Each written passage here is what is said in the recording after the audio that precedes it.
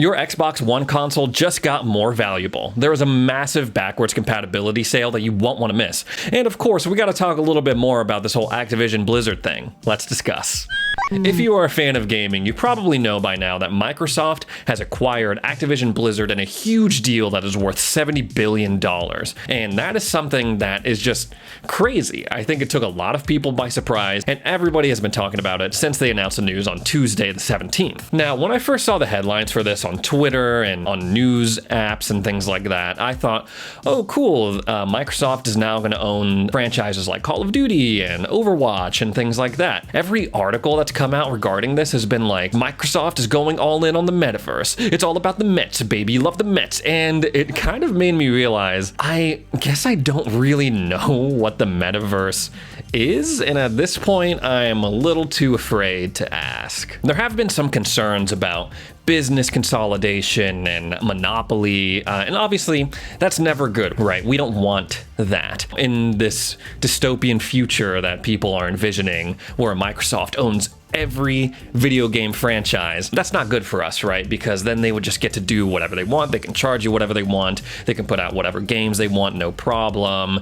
Even if it means putting out a new Call of Duty game with only one map, and they charge you $100 for it, and you got to buy a season pass for the rest of the content every 3 months. That's worth like $200. You know, that's stuff like that is never good. The internet seems to be generally cool with this acquisition, though, mostly because I feel like the gaming community, we all agree that Activision Blizzard, it's not what it once was, right? Which is sad to say because, I mean, Activision especially been the shining example of how an indie publisher can rise to the ranks and, you know, change the gaming industry. But I think we're all in agreement that they've kind of gone downhill in these past couple of years. You know, obviously they have all sorts of stuff going on internally, all these controversial business practices and talk of toxic workplace environments and things like that. But they're all about Call of Duty right now. They put out a Call of Duty every year, and it's just kind of turned into this shameless cash grab situation. There's really no innovation coming from them. Same thing over at Blizzard. So I think we're a little bit hopeful that under new leadership, under Microsoft's leadership, they can turn some of the stuff around. You know, maybe take a break from Call of Duty. We don't need a Call of Duty every year like we have Madden or FIFA or something like that. Make a new Spyro game. Bring back Guitar Hero or Rock Band. That would be sick. Over at Blizzard, same thing. Get back on track with Diablo 4, with Overwatch 2, and maybe show some love to the titles that were regarded as classics from Blizzard. You know, show some love to World of Warcraft. Bring back some of the lesser known titles that are not necessarily AAA games, that sort of thing. Now, of course, we want Microsoft to come in, you know, clean house, get them back on track, Activision and Blizzard, but we don't want them to kind of go too far, right? I think we all are rooting for Microsoft to keep having their studios act autonomously. The concern is, in a couple years, they overstep their boundaries, they move the team around to other projects in the Xbox family, and we don't want that, right? We want the studios to keep doing their thing, just with the support of Microsoft, and of course, have them handle the marketing while they work on their games and what makes them happy project-wise. This acquisition, more so than in the past, seems to revolve a lot around microtransactions. I feel like the games at Activision, Blizzard, King Games with Candy Crush, they all rely very heavily around microtransactions, and I hope Microsoft handles that with grace, right? People, I think, are still mad about the Halo Infinite shop and how they've handled that. So hopefully, you know, they handle these microtransactions in a better way going forward, especially with these titles. Now, if you're an Xbox fan, though, you have a lot to look forward to, right? Once this deal goes through, it is more than likely that all of those big titles, Call of Duty, you know, Diablo, Overwatch, they're all going to be added to Game Pass, much in the same way that after Microsoft acquired ZeniMax Media, they added a whole bunch of Bethesda stuff to Game Pass in March of last year. All of the Elder Scrolls games, Fallout, Dishonored, Doom. That's probably what's going to happen with these franchises once they finalize the deal for Activision Blizzard. It is going to catapult Game Pass to a must-have if you are an Xbox owner, but it's probably going to drive up the price a little bit, right? I don't think they can continue continue operating Game Pass and putting all of these huge franchises on the service day one without upping the price a little bit. They already are putting Ubisoft Plus on the service in addition to EA Play. They already have, like I said, all the Bethesda stuff, and now they're gonna potentially add all this new stuff that they're acquiring as well. They're probably gonna have to up the price a little bit. I don't know if they're gonna kind of introduce more tiers. Right now it's either Game Pass, the basic subscription, or Game Pass Ultimate, but something's gonna happen where the pricing structure of Game Pass will probably change in the future. It's also funny to think because people used to point at Game Pass and say, Game Pass, they have no AAA games. Why should I subscribe? And Xbox just went and was like, oh yeah, AAA games? How about I put all of the Bethesda stuff on there? How about I buy Activision Blizzard and put all of their AAA games on there? Happy now? There was also a really funny take online. There was a quote when Activision Blizzard was first going through these controversies that they're going through, and it was all coming to light, where Xbox released a statement that was like, we're reevaluating our relationship with them in light of the recent news, and they decided, you know, we've thought about it, we're just gonna buy the company and then we'll change it from the top down. This acquisition also makes Xbox the go-to console if you are a fan of the first-person shooter genre. They're gonna have Doom, Halo, Call of Duty, Overwatch, all of Arcane shooters, Dishonored. You are probably going to buy in to the Xbox ecosystem at some point. Now, of course, that takes care of all the mainstream shooters, I guess. There are still some other titles that pop up elsewhere that are multi-plat, but more or less it seems like Xbox thing going forward is going to be first-person shooters, much like PlayStation's thing is third-person action RPGs with a really good story. Obviously, all this stuff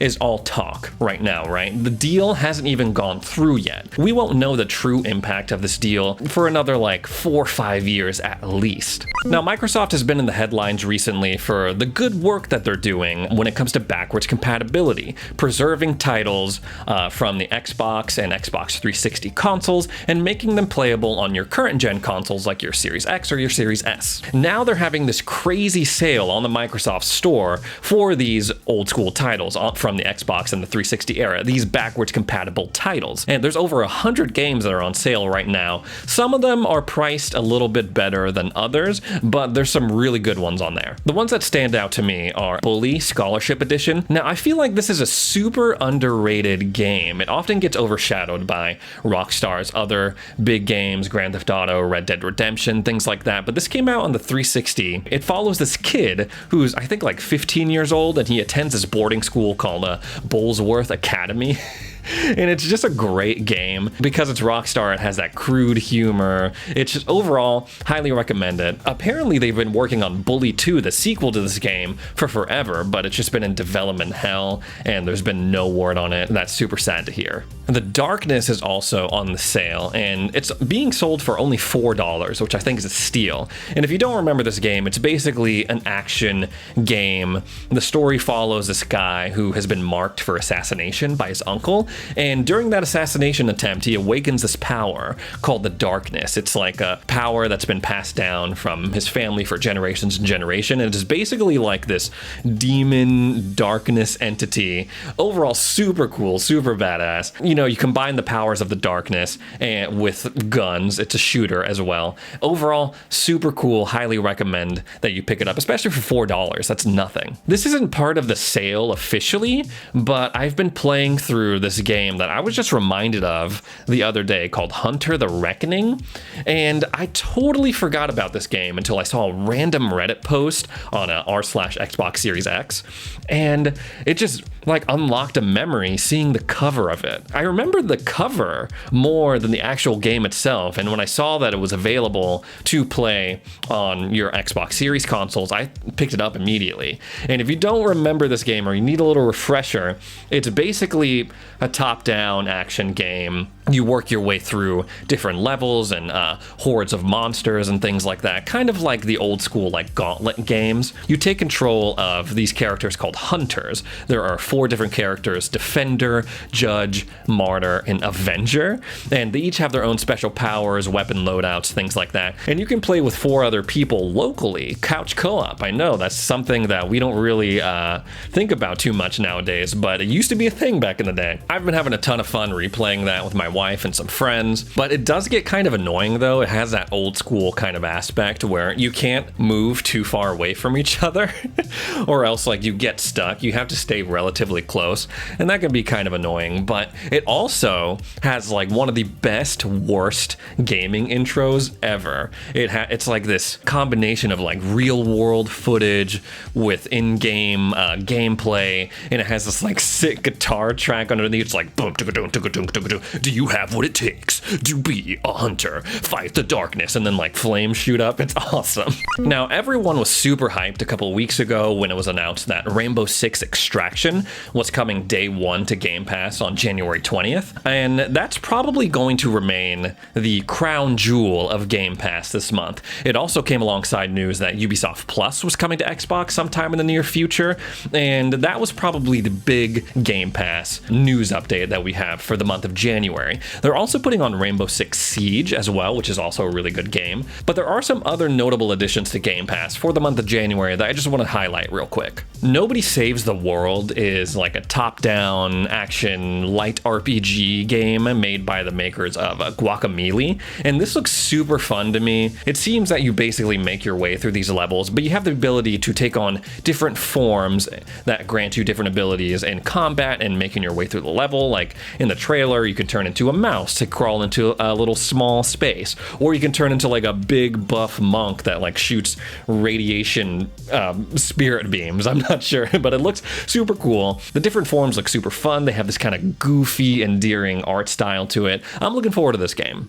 The Hitman trilogy is also going to be added to Game Pass, and this will include all three of the most recent Hitman games. It's also going to be including a big Year 2 update. It apparently throws in like this game mode where it's basically a roguelike. It also apparently will have VR support on PC. I don't know if that will carry over to the PC Game Pass version of the game, but you know, that sounds pretty cool. A VR game coming to Game Pass? Not consoles, of course, but still. And of course, you got Paparazzi. It's basically the, what is that Pokemon game where you just go around taking pictures of Pokemon? Well, I guess it's apparently that, except you're going around taking pictures of puppies. And who doesn't love puppies? Now, there was a bit of news going around about the Xbox One that was a little bit confusing to me. There was articles being put out saying Microsoft is discontinuing production of that console. And I was a little confused because I was like, didn't they already do that? You know, of course they discontinued this guy right here a long time ago. But apparently last year they discontinued making Xbox One X and all digital Xbox Ones,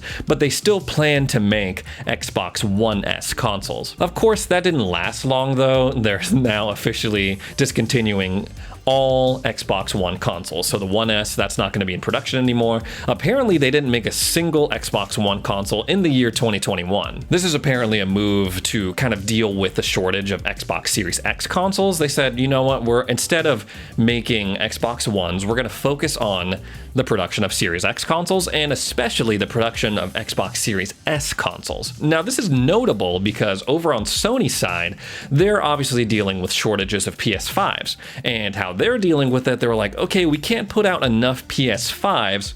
Let's make more PS4s. We'll pull out more PS4s. People will love that. But of course, Sony knows what they're doing, right? They're putting out these games that they know people are gonna want to play, right? People will buy a PS4 to play Horizon Forbidden West. They'll buy a PS4 to play God of War Ragnarok if they cannot get their hands on a PS5. Over on Xbox's side, though, no one's gonna be buying an Xbox One to play these games. If they're having trouble getting a Series X, a lot of people are actually finding out, oh, I'll just get an Xbox One. They're like, wait a minute, that's also kind of hard to find, and it's a little bit more expensive than I thought. And that leads people, you know, if I can't get a Series X, I'll just buy a Series S and then wait until I can get a Series X because it plays all the same games. It has all the, you know, next-gen features that make Series X awesome. It's a no-brainer. So yes, it is time to say goodbye to this console. It's well documented that the Xbox One was a low point for Microsoft. right? Looking at this, it is the only console that I just have no emotional attachment to it, honestly. I look at an N64 and I'm like, oh man, good times. I remember playing Mario, the first Smash Brothers. I remember playing that stupid pod racing game that Star Wars came out. Ah, good times. You know, I look at a PS2, I'm like, I remember playing Final Fantasy X on that, Twisted Metal with my friends. Oh, such good memories. Look at a 360, of course. Oh man, I remember playing Halo 3. Oh, such good times. That was amazing. I look at this and I'm like, you know what? It did the job, right? It allowed me to play games like Overwatch, The Witcher 3. I played actually a lot of Mountain Blade Warband on this. I got it for like a couple bucks, so I guess I have Xbox One to thank for all those days of battling enemy armies throughout. What's the place called? I can't even remember. I used to play as the Swatians a lot. I love the cavalry. But on the flip side, I guess we can thank the Xbox One for basically being a precursor to the much more awesome Xbox Series X and Series S consoles. Just the way better, more polished version of this. So for that, I guess, thanks for being a placeholder until the real console came with the Series X and the Series S. Anyway, guys, that's all the news I have for today. My name is Ray, if you're tuning in for the first time. I would greatly appreciate it if you went on over to Twitter and followed me at StayXboxReady. I'm also streaming a little bit more regularly now.